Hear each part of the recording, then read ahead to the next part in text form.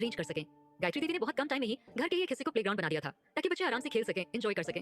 गायत्री देवी पूरे दिन बच्चों के साथ एक साई की तरह रहना चाहती थी। खाना पीना खेलना सब बच्चों के साथ ही करना चाहती थी। ईश्वर के दिए हुए इन दो गिफ्ट्स को देखकर गायत्री देवी की सांसें अब लंबी हो गई थी। वो अब और जीना चाहती थी ताकि इनका पूरा बचपन देख सके और इन्हें बड़ा होता हुआ देख सके, इनकी परवरिश कर सके। गायत्री देवी बच्चों की कही हुई बातों को याद करके मनी मन मुस्कुरा रही थी। जो बात उन्हें सबसे ज्यादा इंटरेस्टिंग लगी थी वो ये थी कि विराट अंकल को डर लगता है, इसीलिए मम्मी उनके साथ सोती है। गायत्री देवी बच्चों को एक बेहतरीन रेस्टोरेंट में ले गई और उनकी चॉइस का उनको पिज्जा और बर्गर खिलाया। इसके बाद दोनों बच्चों को शॉपिंग के लिए एक मॉल में ले गई। दोनों बच्चों ने भी खूब लुत्फ उठाया और अपने लिए ढेर सारे खिलौने और कपड़े खरीदे। इनके सारे कपड़े ब्रांडेड थे और हर एक मौसम के लिए थे। सारे के सारे लेटेस्ट एडिशन के थे। ये सच था कि दोनों बच्चे खूब मस्ती कर रहे थे, लेकिन एक बड़ा सच ये भी था कि ये बच्चे बार बार अपनी मम्मी को याद भी कर रहे थे। बच्चों ने दादी को फोर्स करके कियारा के लिए एक सुंदर सा मोतियों का हार खरीदा था। उन दोनों बच्चों की आपस में इस बात पर राय बनी थी कि इस बार उन्होंने अपनी मम्मी को उसके बर्थडे पर कोई गिफ्ट नहीं दिया था, इसीलिए वो उन्हें ये हार गिफ्ट करेंगे। काव्य और काया दोनों बहुत खुश थे। उन्होंने अपनी मम्मी के लिए प्यार से गिफ्ट खरीदा। गायत्री देवी ने एलेक्स से कहा, ये बच्चे कितने अच्छे हैं, अपनी मम्मी के बारे में कितना सोचते हैं, आखिर कैसे उस औरत ने इन्हें अब तक सफर करने दिया।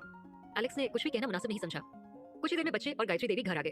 घर आते ही उनकी धमा चौकड़ी चालू हो गई। अपने अपने खिलौनों के साथ कभी अपने कमरे में जाते तो कभी उन्हें बाहर लेकर आ जाते। हालांकि एलेक्स ने गायत्री देवी की बात का कोई जवाब नहीं दिया था, पर उसके मन के किसी कोने में डाउट जरूर था कि वो रिपोर्ट फॉल्स भी हो सकती है। लेकिन किसमें इतनी हिम्मत है कि ये सब कर सकता है। एलेक्स इन्वेस्टिगेट तो करना चाहता था, लेकिन रिलैक्स होकर, कोई जल्दबाजी या कोई गड़बड़ी वो नहीं करना चाहता था।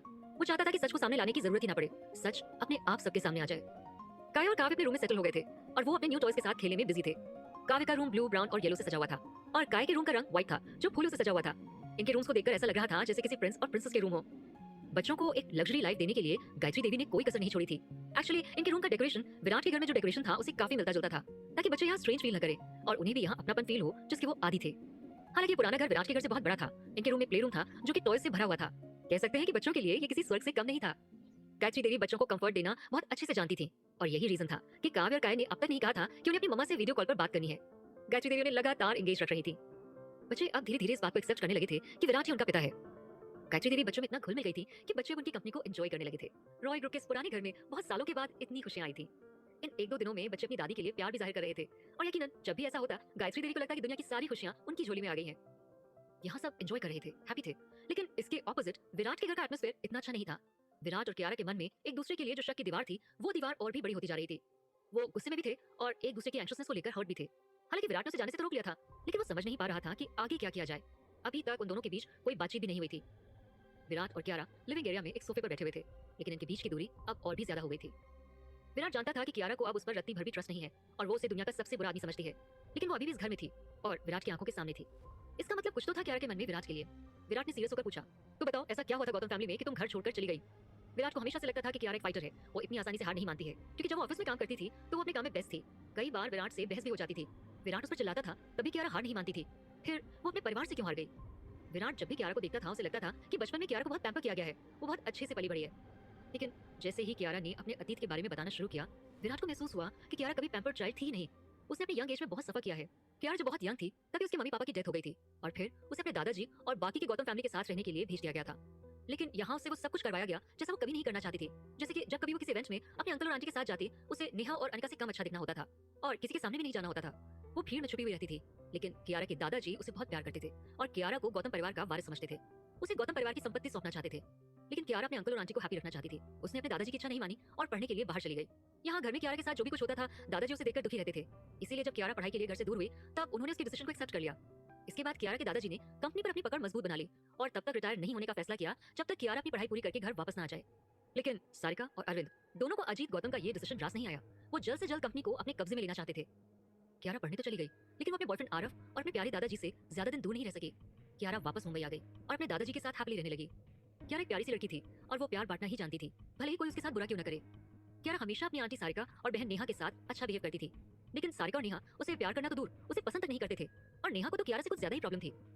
इसके बावजूद कियारा हमेशा नेहा के साथ ही रहती थी। अपनी दुख भरी कहानी को सुनाते हुए कियारा सोफे पर अपनी बिखरी हुई जिंदगी की तरह बिखर सी गई थी। आंखों में नमी थी और दिल में अंतहीन दर्द था। पूरी तरह से अपने अतीत में डूबी हुई कियारा ने कहा, उस दिन नेहा ने मुझसे कहा था कि मैं उसे होटल में मिलूं। उस दिन वहां जाने का मेरा बिल्कुल भी मन नहीं था, लेकिन आरव भी वहां आने वाला था, इसीलिए मैं वहां चली गई। उन दिनों मेरे और आरव के बीच आए दिन नेहा को लेकर लड़ाइयां होती रहती थी, इसीलिए मैं आरव के साथ मिलकर सब कुछ सही करना चाहती थी। विराट ने कियारा को बीच में ही काटते हुए पूछा, why did you care so much about that guy anyway. Kiara को विराट का बीच में रोकना अच्छा नहीं लगा। उसने विराट को घूरते हुए कहा, do you want to hear the story और नॉट। आरव का जिक्र होते ही कियारा परेशान हो जाती थी और अभी तो बहुत सारी बातों ने परेशान कर रखा था उसे, इसीलिए कियारा को गुस्सा आ रहा था विराट पे। विराट ने नॉर्मल होकर कहा, ओके ओके तुम कंटिन्यू करो। कियारा ने सैड होकर कहा, दूसरों के घाव पर नमक छिड़कना बंद कर दो। विराट ने कुछ सोचा समझा नहीं और कह दिया, देखो वो घाव तुम्हारा बहुत पहले भर चुका है। मैंने आरव के बारे में बोला है जो कि एक अच्छा लड़का नहीं है। विराट के फेस पर कियारा के लिए थोड़ी भी सिंपैथी नहीं दिख रही थी। कियारा ने गहरी सांस ली और खुद को शांत करने की कोशिश की, क्योंकि वो अभी विराट के साथ लड़ने के मूड में बिल्कुल भी नहीं थी। कियारा फिर से अपनी कहानी में खो गई। मेरी लड़ाई आरव से इसलिए होती थी क्योंकि मैंने आरव और नेहा को एक दूसरे को हक करते हुए देखा था। एक मिसअंडरस्टैंडिंग थी जो हम दोनों को मिलकर दूर करनी थी। इस इंसिडेंट के बाद नेहा मेरे पास आकर सॉरी भी बोली थी। नेहा ने कहा था कि वो बहुत ड्रंक थी और कब आरव की तरफ स्लिप हो गई उसे पता ही नहीं चला। सब कुछ नॉर्मल है, बस मैं गलत समझ रही हूँ। विराट ने कहा, और तुमने आसानी से उसकी बात को सच मान लिया? कियारा ने रिप्लाई किया, नेहा मेरी कजन थी, फैमिली थी, इसीलिए उस पर आसानी से यकीन कर लिया। विराट ने फिर से कियारा को बीच में स्टॉप किया, पूछा, लेकिन तुमने उस लड़के को अपनी आंखों से क्लियरली नेहा को हक करते हुए देखा था, फिर भी तुमने अपने थॉट्स को क्लियर नहीं किया? स्ट्रेंज। बार बार विराट बीच में टोक रहा था और कियारा चिढ़ रही थी। कियारा ने इरिटेट होकर कहा, can you be more serious? Okay sorry, continue. Virat ने सॉरी बोलकर कियारा को कंफर्ट देने की कोशिश की। कियारा ने बोलना शुरू किया, मैं एक दूसरों पर क्या ट्रस्ट करती जबकि मुझे अपनी फैमिली पर ही ट्रस्ट नहीं था। मैं आरव को बहुत सालों से जानती थी, वो मेरा बचपन का दोस्त था, ट्रस्टवर्दी था, इसीलिए ट्रस्ट किया। कियारा जब विराट को आगे की स्टोरी सुनाने लगी तब उसने विराट से नजरें चुरा ली। कियारा इस बात को कभी नहीं भूल सकती थी कि उस रात होटल में क्या हुआ था। उसने कैसा फील किया होगा जब किसी स्ट्रेंजर के बेड पर उसकी आंखें खुली होंगी। कियारा ने एक एक बात उस रात की विराट को बता दी। कैसे उसकी अपनी फैमिली ने उस पर ट्रस्ट नहीं किया था, कैसे वो चाह कर भी किसी को अपनी सच्चाई नहीं बता पाई और ना ही कोई उस पर यकीन कर सका था। सब कुछ कहने और सुनने के बाद कियारा और विराट कुछ देर के लिए साइलेंट रहे। विराट ने डिसाइड किया कि अब वो अपने साइड की स्टोरी सुनाएगा कि क्या हुआ था। 4 साल पहले उस रात उसके साथ क्या हुआ होगा, क्या होगा कियारा का रिएक्शन जब वो विराट की साइड की स्टोरी सुनेगी। जानने के लिए सुनते रहिए पॉकेट एफएम।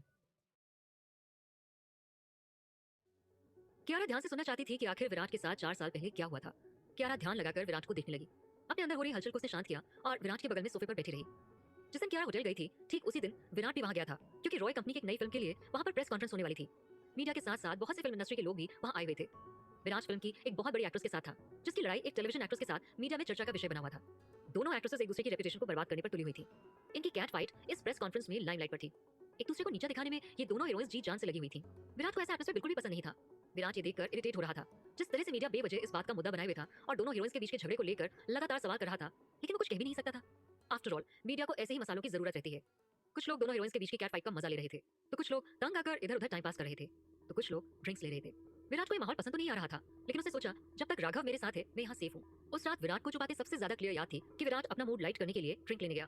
ड्रिंक उसे थोड़ा ज्यादा कड़वा महसूस हुआ, लेकिन कुछ ही देर बाद उसे रियलाइज हुआ कि उसके ड्रिंक में किसी ने कुछ तो मिलाया हुआ है, क्योंकि थोड़ा सा ही पीने के बाद उसका सर चकराने लगा था। ऐसा नहीं था कि विराट ने पहली बार ड्रिंक्स लिए थे, लेकिन पहले कभी उसके साथ ऐसा नहीं हुआ था। विराट शराब का आदी नहीं था और ना ही पब्लिक के बीच कभी ऐसे पीता था, लेकिन इस वक्त उसकी हालत ऐसी हो गई थी कि वो खुद को संभाल नहीं पा रहा था। विराट अकेला पड़ गया था, क्योंकि राघव इवेंट को मैनेज करने में लगा हुआ था। काफी भीड़ थी वहाँ। विराट लड़खड़ाने लगा था। उसके पास इतनी भी स्ट्रेंथ नहीं थी कि वो ये समझ सके कि आखिर क्यों और किसने उसके ड्रिंक में कुछ मिलाया हुआ है। उसमें कुछ भी सोचने और समझने की क्षमता तक नहीं बची थी, लेकिन इतना सेंस उसमें भी बाकी था कि वो राघव के पास जल्द से जल्द जाना चाहता था। फाइनली राघव ने विराट को इस हालत में देखा और विराट की हेल्प करने के लिए वो फौरन उसके पास आया। राघव नहीं चाहता था कि कोई भी विराट को इस हालत में देखे, खासकर मीडिया के लोग, क्योंकि मीडिया वाले अगर विराट को इस हालत में देखते तो बिना कुछ जाने समझे गलत न्यूज बनाते, जिससे विराट की रेपुटेशन खराब हो सकती थी और उसकी कंपनी की इस नई फिल्म को भी नुकसान हो सकता था। राघव विराट को लेकर होटल के टॉप फ्लोर पर गया और एक स्पेशल स्वीट में ले जाकर विराट को लिटा दिया। राघव बहुत घबराया हुआ था, क्योंकि इससे पहले उसने विराट को इस हालत में कभी नहीं देखा था। राघव वहां से वापस आया ताकि वो किसी की हेल्प ले सके। उसने तुरंत विराट के फैमिली डॉक्टर को कॉल किया। विराट के डॉक्टर ने कहा, मैं कुछ मेडिसिन के साथ अपनी नर्स को भेज रहा हूँ, आप लिफ्ट के पास उसका वेट करना। डॉक्टर के कहे अनुसार राघव नर्स का लिफ्ट के पास बेसब्री से वेट कर रहा था। तभी उसे एक मीडिया पर्सन का कॉल आया। वो मीडिया मैन विराट से कुछ सवाल पूछना चाहता था उसकी नई फिल्म को लेकर। राघव मीडिया मैन से बात करने के बाद नीचे लॉबी में आ गया, ताकि नर्स को देखकर मीडिया में से किसी को भी कोई शक न हो और दिल का तार न बने। लेकिन जब राघव नर्स के साथ स्विच में लौटा तो पाया कि विराट वहाँ है ही नहीं। राघव कुछ नहीं जानता था कि विराट के साथ क्या हुआ है। उसे विराट की खबर तब लगी जब खुद दूसरे दिन विराट ने उसे कॉल किया। विराट उसी फ्लोर पर एक अलग स्वीट में था। राघव को लगा कि विराट नशे में था और उसे ढूंढते हुए बाहर आया होगा, लेकिन कंफ्यूजन में वो किसी रॉन्ग स्वीट में चला गया होगा। इस बात को सिंपल समझकर राघव ने ज्यादा ध्यान नहीं दिया। उस रात जब कियारा होटल पहुंची तब उसने चारों तरफ देखा, लेकिन नेहा और आरव का कहीं कोई अता पता नहीं था। जब कियारा होटल में आई तो वो बहुत प्यासी थी और अपनी प्यास बुझाने के लिए उसे थोड़ी सी ड्रिंक्स ले ली थी। कियारा इस बात से बिल्कुल बेखबर थी कि पूरी रात उसे लॉक करने के लिए नेहा ने उसकी ड्रिंक में कुछ मिलाया है। कियारा को कुछ ही मिनट में फील होने लगा था कि वो ठीक नहीं है, उसे हेडेक होने लगा और वो बिल्कुल अनईजी फील करने लगी। कियारा ने अपने पर्स में अपना फोन सर्च करना शुरू किया ताकि वो टैक्सी बुक कर सके। वो घर लौटना चाहती थी, लेकिन अचानक से उसे किसी ने पीछे से टाइटली होल्ड किया और उसे घसीटते हुए पीछे की तरफ ले जाने लगा। हालांकि कियारा ने उस आदमी के चंगुल से खुद को छुड़ाने की पूरी कोशिश की, लेकिन वो आदमी कियारा से ज्यादा स्ट्रांग था। कियारा ने हॉल में कुछ होटल स्टाफ को देखा और आवाज लगाई हेल्प के लिए। उस आदमी ने पकड़े जाने के डर से कियारा को छोड़ दिया। कियारा ने मौके का फायदा उठाया और भागते हुए एलिवेटर के अंदर आ गई। वो इस वक्त काफी डरी हुई और फ्रस्ट्रेटेड थी। उसे समझ में नहीं आ रहा था कि वो कौन सा बटन प्रेस करे।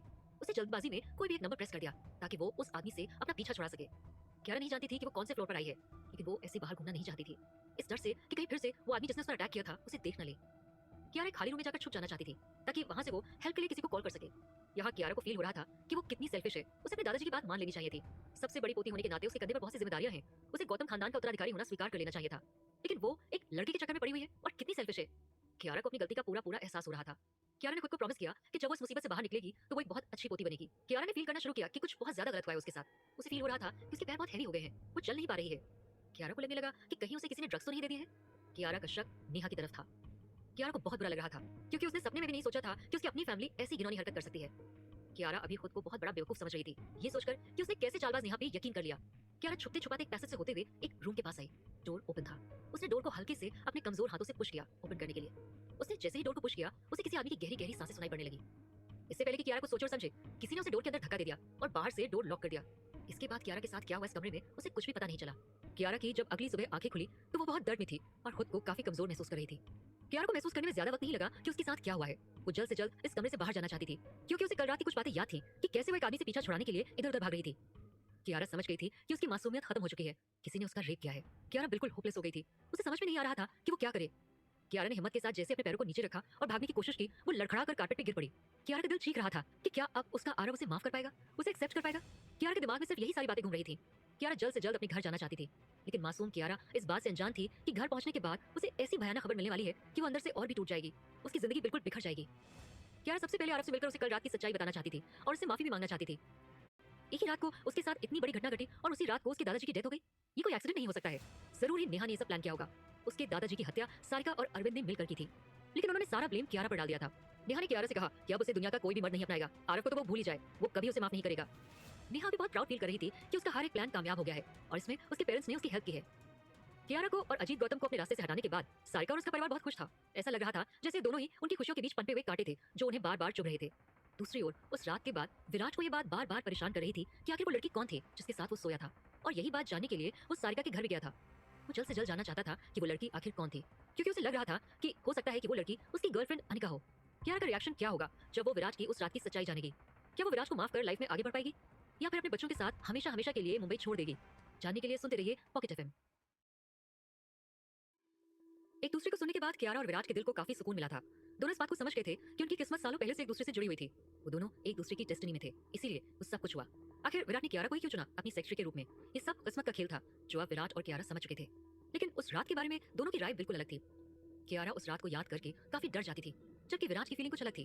कियारा सालों से उस आदमी से दूर भागना चाहती थी, जबकि विराट बेचैन होकर उस लड़की के बारे में जानना चाहता था जो उस रात उसके साथ थी। वो उससे दोबारा मिलना चाहता था। जब विराट ने इस बात का पता लगाने की कोशिश की, तब सारिका ने उसे बताया कि उस रात अनिका ही उसके साथ थी। विराट ने बिना देर किए अनिका को अपनी गर्लफ्रेंड बना लिया, लेकिन सारिका और नेहा दोनों को यह स्वीकार नहीं था कि अनिका केवल विराट की गर्लफ्रेंड बनकर रह जाए। सारिका ने विराट से कहा, हमारे खानदान की लड़कियां किसी लड़की को तभी एक्सेप्ट करती हैं जब उससे उसकी शादी होने वाली हो। मैं नहीं चाहती कि अनिका केवल टाइम पास बनकर रह जाए। विराट एक अमीर ज़्यादा था, उसके लिए सुंदर लड़कियों की लाइन लगी रहती थी। उसके पावर और पैसों को देखकर ही सारिका ने प्रस्ताव रखा था।